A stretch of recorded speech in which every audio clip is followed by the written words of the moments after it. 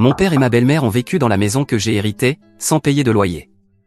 Mais lorsqu'ils ont cru qu'ils avaient des droits sur elle, je les ai expulsés avec la police en quelques heures. Quand j'avais 15 ans, mon père s'est remarié.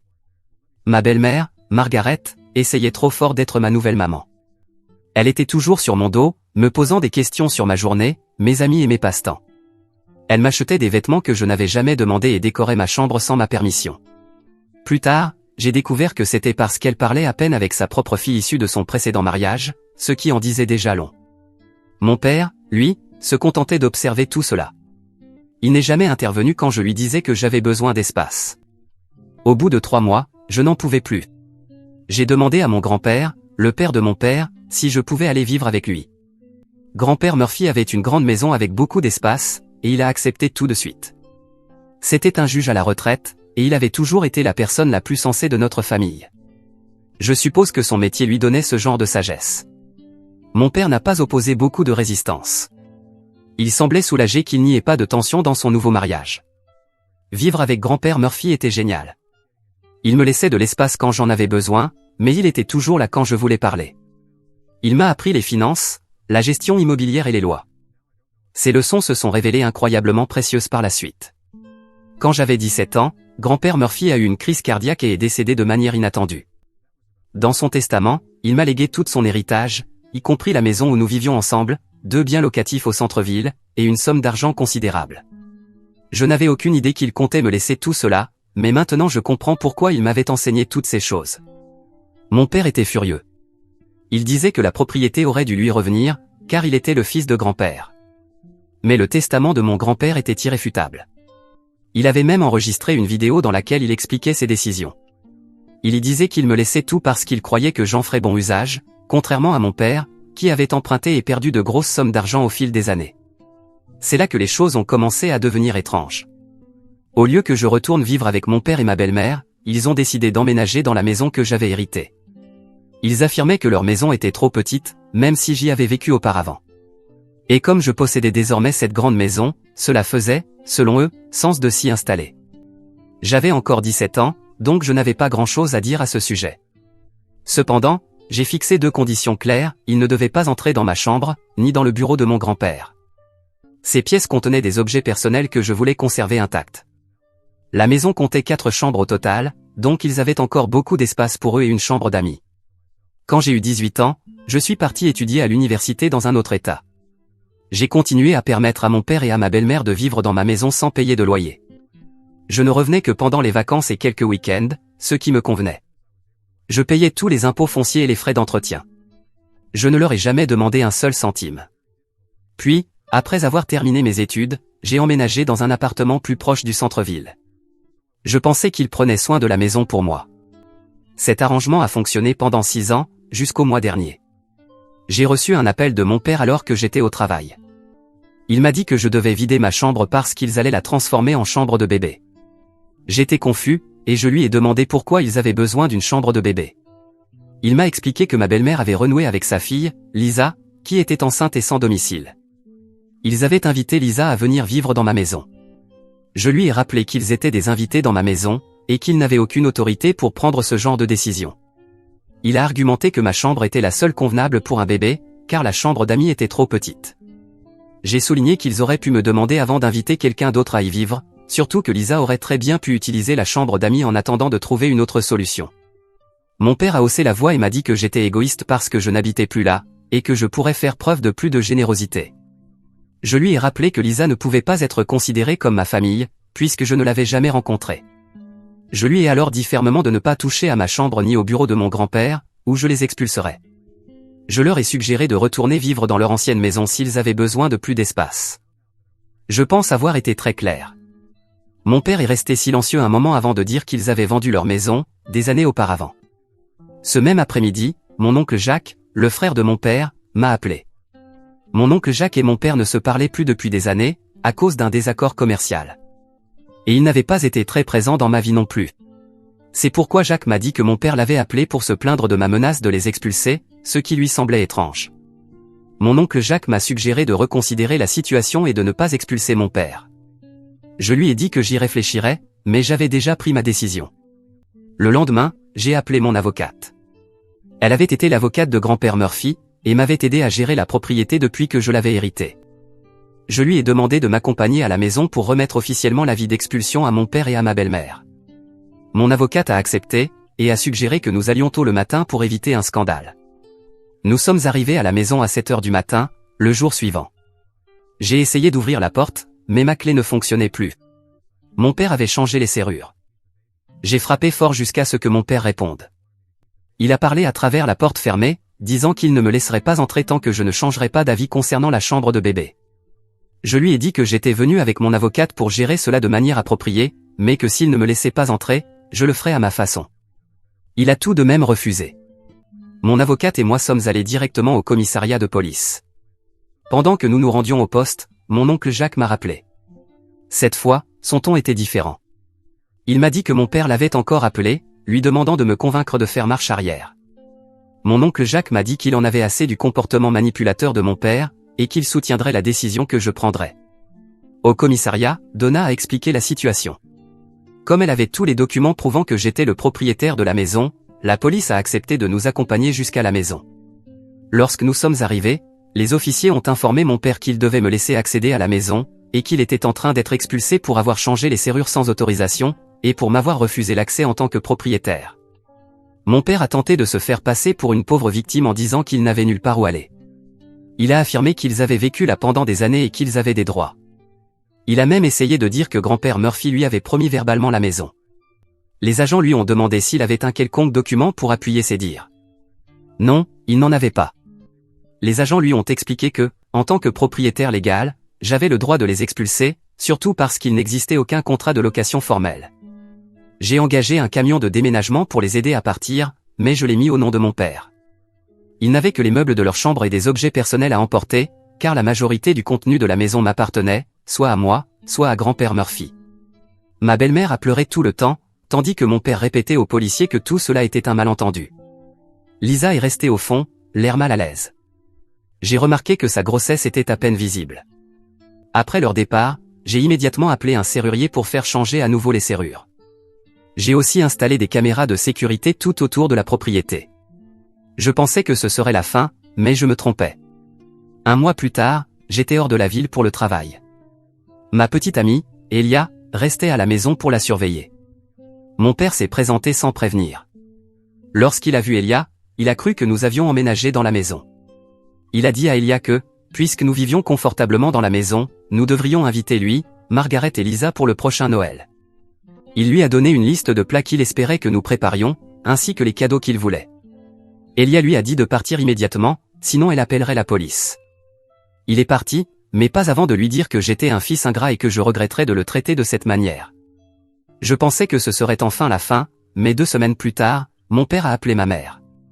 Ils ne s'étaient pas parlé depuis leur divorce, il y a 16 ans. Il l'a invité à passer les fêtes en famille, dans ma maison. Ma mère a refusé l'invitation et, à la place, a proposé d'emmener Elia et moi en voyage en Italie pour les fêtes. Quand mon père a appris cela, il m'a appelé en exigeant que ma mère paie aussi pour lui, Margaret et Lisa, afin qu'ils puissent également aller en Italie. Quand j'ai refusé, il est revenu chez moi, insistant pour que soit ma mère les inclue, soit lui et moi devions leur payer le voyage. Son comportement était tellement ridicule que lui et moi avons ri jusqu'à ce qu'il parte. Depuis, j'ai changé de numéro de téléphone. J'ai aussi donné à mes locataires, dans mes autres propriétés, une photo de mon père, avec des instructions strictes de ne jamais le laisser entrer, quelles que soient les circonstances. J'espère que ce sera enfin la fin de son sentiment de droit. Mais connaissant mon père, j'en doute. Mise à jour numéro 1. Après ma dernière publication, les choses sont restées calmes pendant un moment. Mon père n'a pas tenté de me contacter à nouveau, et j'ai commencé à penser qu'il avait peut-être enfin compris le message. Elia et moi avons poursuivi nos projets de passer les fêtes en Italie avec ma mère. Avant de partir, j'ai demandé à 2 amis qui vivaient à proximité de surveiller la maison de temps en temps.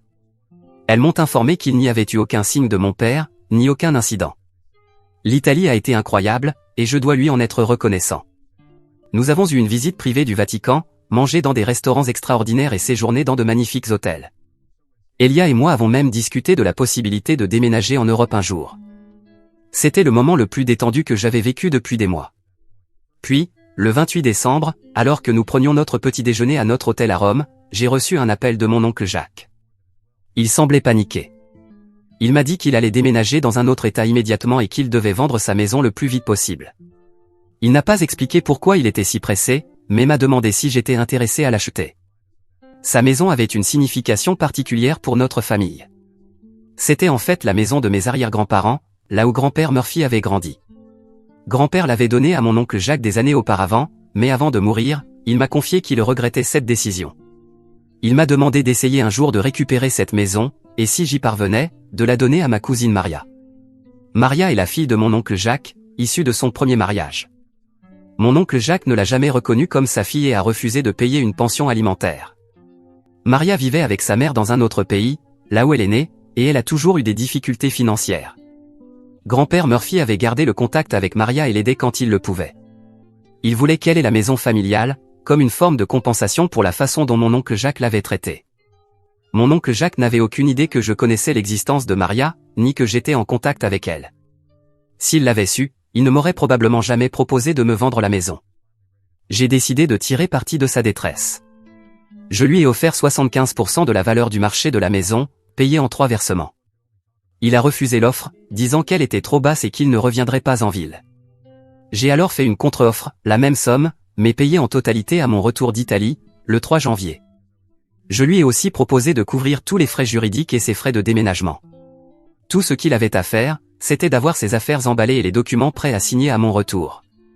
Et à ma grande surprise, il a accepté immédiatement. Elia et moi avons écourté notre voyage de 2 jours et sommes rentrés. La transaction s'est déroulée sans accroc. J'ai payé mon oncle Jacques, il a signé les papiers et a quitté la ville le jour même avec sa nouvelle épouse. Le lendemain matin, j'ai appelé Maria et je lui ai dit de venir aux États-Unis dès que possible, car il y avait quelque chose d'important que grand-père Murphy lui avait laissé. Elle est arrivée 3 jours plus tard, et je lui ai remis les clés de la maison, ainsi qu'un peu d'argent pour l'aider à s'installer. Maria devait rester plusieurs jours pour gérer les démarches de transfert de propriété et demander un visa qui lui permettrait de s'installer de façon permanente. Pendant ce temps, elle logeait chez Elia et moi. Un soir, alors que nous dînions à la maison, mon père est réapparu. Il s'est avéré que mon oncle Jacques avait prévu de vendre la maison à mon père. Mon père lui avait demandé quelques jours pour rassembler l'argent, et il est devenu furieux en apprenant que je l'avais acheté à sa place. Mon oncle Jacques, ne voulant pas de confrontation avec mon père, lui avait simplement dit que j'avais acheté la maison et quitté la ville. Mon père a supposé que je l'avais achetée pour moi-même, et a décidé de la revendiquer. Comme personne ne répondait lorsqu'il a frappé à la porte de l'ancienne maison de mon oncle Jacques, il a brisé une fenêtre et est entré. Ce qu'il ignorait, c'est que la maison avait une caméra dans la sonnette, que Maria avait installée. Nous avons vu l'effraction sur le téléphone de Maria, et avons appelé immédiatement la police. Comme l'effraction avait lieu dans un quartier résidentiel huppé, la police est intervenue rapidement. Ils sont arrivés à la maison et ont trouvé mon père à l'intérieur, en train de fouiller les armoires et les tiroirs. Il a été surpris lorsque les policiers lui ont dit que la maison appartenait à Maria, pas à moi. Il a été arrêté pour violation de domicile. Avec l'aide de mon avocate, Maria a porté plainte contre mon père, en raison de son comportement précédent dans ma maison et notamment le fait d'avoir changé les serrures et refusé de me laisser entrer en tant que propriétaire légal. Le juge a refusé de lui accorder une libération sous caution. Il est actuellement en prison, en attente de procès, et il pourrait passer plusieurs mois derrière les barreaux. Après l'arrestation de mon père, j'ai mené une enquête pour comprendre pourquoi mon oncle Jacques était si pressé de quitter la ville. Il s'avère qu'il avait emprunté une somme importante à son beau-frère pour lancer une entreprise qui a échoué lamentablement. Ne pouvant pas rembourser le prêt, son beau-frère l'a menacé de poursuites judiciaires. Mon oncle Jacques a donc décidé de tout vendre et de s'enfuir de la ville, au lieu de faire face aux conséquences. Je lui ai envoyé un message pour l'informer que si jamais il tentait de contacter mon père ou de causer des problèmes à Maria, je dirais à la famille de sa femme où il se trouvait. Il a répondu en bloquant mon numéro, ce qui m'a parfaitement convenu. Je ne m'attends pas à entendre parler de lui à nouveau. Maria envisage de garder la maison et de s'installer définitivement aux États-Unis. Mais elle ne sait pas encore quelles sont les démarches légales pour y parvenir. Pour l'instant, elle est ici avec un visa touristique, mais comme elle est née à l'étranger, elle peut prétendre à la citoyenneté, même si ce n'est pas automatique. Mise à jour numéro 2. Le procès de mon père a eu lieu la semaine dernière. Il a été condamné à 6 mois de prison pour violation de domicile, plus 3 mois supplémentaires pour l'incident survenu dans ma maison, lorsqu'il avait changé les serrures et m'avait refusé l'accès. Le juge a été particulièrement sévère parce que mon père n'a montré aucun remords durant le procès. Il a maintenu que, puisqu'il était mon père, il avait tous les droits d'entrer dans la propriété qui, selon lui, aurait dû lui appartenir dès le départ. Ma belle-mère, Margaret, m'a approché à la sortie du tribunal après la sentence. C'était la première fois que nous nous parlions depuis l'expulsion. Elle m'a dit que Lisa avait déménagé il y a quelques semaines, après avoir été expulsée. Apparemment, Lisa n'était pas vraiment enceinte. Elle avait menti à ce sujet pour susciter de la sympathie et obtenir un endroit où rester.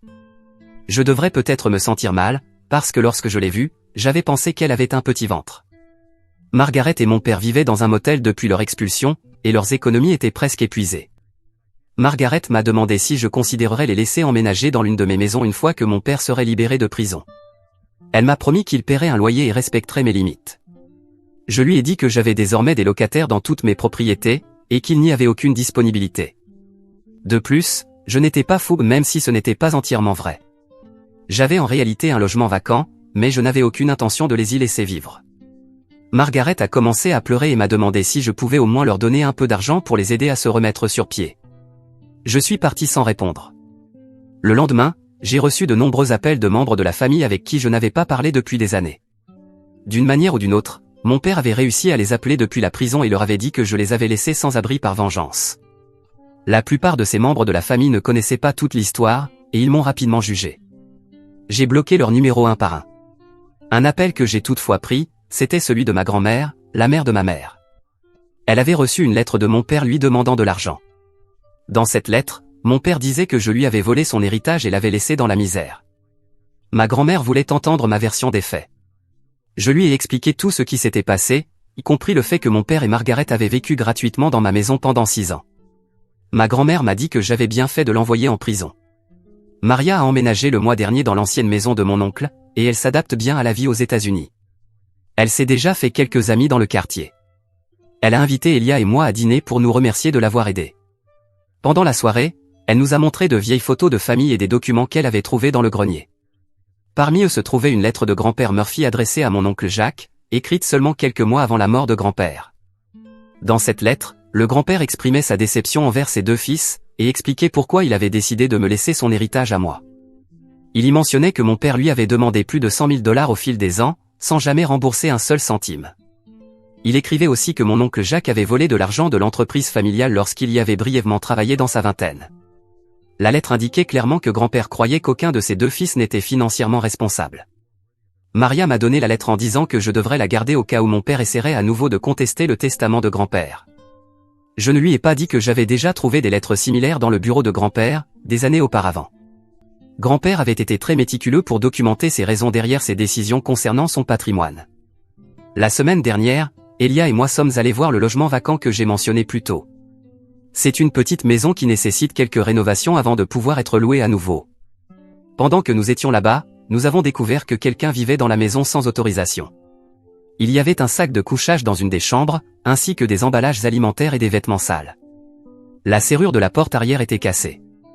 J'ai appelé la police, qui est venue inspecter la propriété. Ils n'ont trouvé personne sur place à ce moment-là, mais ont pris un rapport d'intrusion. Ce soir-là, ils m'ont appelé pour m'informer qu'ils avaient attrapé quelqu'un essayant d'entrer à nouveau dans la maison. C'était Lisa, la fille de ma belle-mère. Elle a admis qu'elle avait vécu là pendant plusieurs semaines, après avoir manqué d'argent pour payer une chambre de motel. Elle avait obtenu l'adresse par mon père avant qu'il ne soit incarcéré. J'ai décidé de ne pas porter plainte contre Lisa, à condition qu'elle quitte la ville et ne contacte plus jamais ni moi ni ma famille. Elle a accepté, et est partie le lendemain en bus vers un autre état. J'ai engagé une entreprise de sécurité pour installer de meilleures serrures et un système d'alarme dans toutes mes propriétés de location. Mise à jour numéro 3. Mon père a été libéré de prison la semaine dernière. Je l'ai su parce que Margaret m'a appelé pour m'en informer. Elle a dit que mon père voulait me rencontrer pour clarifier les choses et repartir à zéro. J'ai rejeté cette proposition. Elle a alors mentionné qu'il continuait à lutter financièrement, et elle m'a à nouveau demandé si je pouvais les aider. Je lui ai répondu que 6 années de logement gratuit, c'était toute l'aide qu'il recevrait de ma part. 2 jours après sa libération, mon père s'est présenté à mon lieu de travail. Il est entré directement par la réception et m'a trouvé dans la salle de conférence, en pleine réunion avec un client. Il a provoqué un scandale, parlant à haute voix de tous les problèmes survenus récemment. La sécurité a dû l'escorter hors du bâtiment. Mon patron a été compréhensif, mais m'a suggéré de travailler à domicile pendant un certain temps, au cas où mon père reviendrait. Le même jour, j'ai demandé une ordonnance restrictive contre lui. Le juge a accordé l'ordonnance, en se basant sur le comportement de mon père après sa sortie de prison. L'ordonnance lui interdit de s'approcher à moins de 150 mètres de moi, de ma maison ou de mon lieu de travail. Maria s'est désormais totalement installée dans sa nouvelle maison. Elle a trouvé un bon emploi dans une entreprise locale et s'est fait des amis dans le quartier. Elle a invité Elia et moi à sa pendaison de crémaillère le mois dernier. La maison est méconnaissable.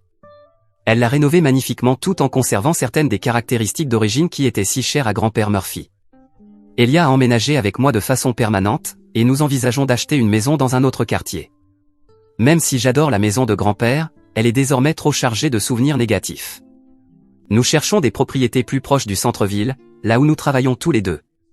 Je prévois de garder la maison de grand-père comme bien locatif. Elle est située dans une zone prisée et devrait générer de bons revenus. Quant à mes autres propriétés, elles sont toutes louées à des locataires de confiance. J'ai récemment augmenté légèrement les loyers pour couvrir le coût des nouveaux systèmes de sécurité, mais je les maintiens toujours en dessous de la valeur du marché. Plusieurs de mes locataires sont des amis ou des collègues qui avaient besoin d'un logement abordable, et je suis heureux de pouvoir les aider. Mon oncle Jacques a tenté de contacter Maria il y a quelques mois. Jacques affirmait vouloir renouer avec sa fille et faire la paix avec le passé. Maria n'a pas répondu à ses messages. Plus tard, elle a appris par une connaissance commune que mon oncle Jacques avait à nouveau des problèmes financiers et cherchait probablement un endroit où loger. Maria a changé de numéro de téléphone par précaution. Ma mère m'a suggéré de parler avec un conseiller financier de la création d'une fiducie pour mes biens immobiliers. Cela fournirait une protection supplémentaire au cas où mon père tenterait un jour de revendiquer des droits sur l'un d'entre eux. Je me suis entretenu avec un conseiller la semaine dernière et je suis en train de mettre en place cette fiducie. Grand-père Murphy aurait approuvé cette décision. Il a toujours insisté sur l'importance de protéger les biens. Margaret a demandé le divorce de mon père le mois dernier. Elle m'a contacté pour m'en informer, pas pour me demander quoi que ce soit. Elle s'est excusée pour son rôle dans tout ce qui s'était passé et a dit qu'elle avait réalisé à quel point mon père pouvait être toxique. Je n'ai pas répondu à son message. Même si je ne lui souhaite aucun mal, je ne veux plus aucun lien avec cette partie de ma vie. Les fêtes de fin d'année approchent à nouveau, et cette année, Elia et moi serons les hôtes du repas de Thanksgiving dans notre maison. Aujourd'hui, nous avons invité ma mère, Maria et quelques amis proches. Ce sera la première fête depuis des années que j'attends vraiment avec impatience. J'ai commencé ce parcours à 15 ans, en cherchant refuge chez mon grand-père. Aujourd'hui, à 25 ans, j'ai construit une vie dont je suis fier, entouré des personnes que j'ai choisies pour faire partie de ma vie. Mise à jour numéro 4. Vous ne vous souvenez probablement pas, moi non plus d'ailleurs je ne sais plus exactement dans quelle mise à jour, peut-être la 1 ou la 2 que j'avais dit à mon oncle que, s'il recommençait à importuner, j'irais dire aux personnes à qui il devait de l'argent où il se trouvait. Je ne savais même pas exactement où il avait déménagé, mais je savais exactement à qui je pouvais poser la question pour le savoir. Je suis désolé, je ne vais pas dire qui c'est, car ce serait comme me tirer une balle dans le pied. C'est ce que j'ai fait, et ça l'a mis dans de beaux draps. Il y a des raisons pour lesquelles son beau-frère n'a pas essayé de contacter sa sœur ni mon oncle après ce qui s'est passé. Tout d'abord, parce qu'il voulait pardonner à sa sœur pour cela. Apparemment, le beau-frère a de l'argent, et ce n'était pas une grande somme qu'il lui avait prêtée et du moins, pas selon ses standards habituels. Mais il savait aussi que le chercher et le poursuivre en justice ne servirait pas à grand-chose, car il le pensait ruiné. Mais lui donner l'information semble avoir ravivé son envie de faire quelque chose à ce sujet. Car il est allé le voir en personne, et a montré à la figure de mon oncle son point. Je n'ai aucune pitié pour lui. Je l'avais prévenu. Il a également dit à sa sœur que si elle choisissait de rester avec lui, elle aurait beaucoup de problèmes. Non, même sa femme ne savait pas beaucoup de choses à propos de mon oncle. Elle ne savait pas que la maison lui appartenait. Elle pensait que je la lui louais, ou que je la lui prêtais gratuitement, comme je l'avais fait pour mon père. Elle ne savait pas non plus que je l'avais acheté. Maintenant, le frère est en train de le poursuivre pour récupérer son argent. Parce que, même si n'importe quel projet peut échouer, mon oncle n'a pas utilisé l'argent pour ce qu'il avait dit. Mon oncle a essayé de porter plainte pour agression, mais l'affaire a été rejetée même si je ne connais pas les détails exacts. Je ne sais pas si la femme de mon oncle connaît maintenant toute l'histoire ou pas. Il se peut qu'elle l'ait toujours su et qu'elle n'ait simplement jamais voulu la raconter à son frère. Mais avec tout ce qui se passe, il serait difficile pour elle de continuer à vivre dans l'ignorance. Aussi étrange que cela puisse paraître, je n'ai plus eu de contact avec mon père. Quant à Elia et moi, nous avons trouvé un nouvel appartement, mieux que celui où je vivais auparavant, près du centre-ville, et nous avons emménagé ensemble. J'ai lu vos commentaires sur le fait de signer un contrat prénuptial concernant mes biens immobiliers et tout ce que mon grand-père Murphy m'a laissé. Mais il est encore bien trop tôt pour ça. On ne parle pas encore de mariage. D'ailleurs, c'est quelque chose que mon avocate elle-même a proposé. Sans oublier mon grand-père, qui m'a préparé à toutes ces choses juridiques. Mise à jour numéro 5. Je n'ai toujours pas eu de nouvelles de mon père depuis tout ce temps. Je ne pense pas que je doive m'en inquiéter, mais je le mentionne juste pour ceux qui continuent à me poser la question. Non, cette mise à jour est pour parler du divorce de mon oncle et aussi du procès. Ce sont les deux choses qui ont principalement absorbé l'argent qu'il avait obtenu pour la vente de sa maison. Je trouve que c'est une justice. Car au final, il n'a rien obtenu de quelque chose qui appartenait à Maria, dès le départ. Je suis heureux d'avoir fait partie de l'équipe du Karma, et d'avoir contribué à aider. Pour commencer, le frère de sa femme a gagné le procès et a récupéré son argent en plus d'autres frais, intérêts et honoraires d'avocat. Quant à sa femme, je sais qu'elle a divorcé. Mais qui sait pourquoi exactement? Il y a tellement de raisons pour lesquelles elle aurait pu divorcer. On pourrait supposer que c'est à cause de tout ce qui s'est passé, des choses qu'il a cachées. Ou bien peut-être l'a-t-elle trouvé avec une autre femme, et on se trompe totalement. Ou encore, peut-être que mon oncle est devenu chauve, je ne l'ai pas vu depuis longtemps. Et elle n'a tout simplement pas pu le supporter. Peut-être qu'on ne le saura jamais. Donc voilà, c'est tout ce que j'ai à vous raconter pour le moment.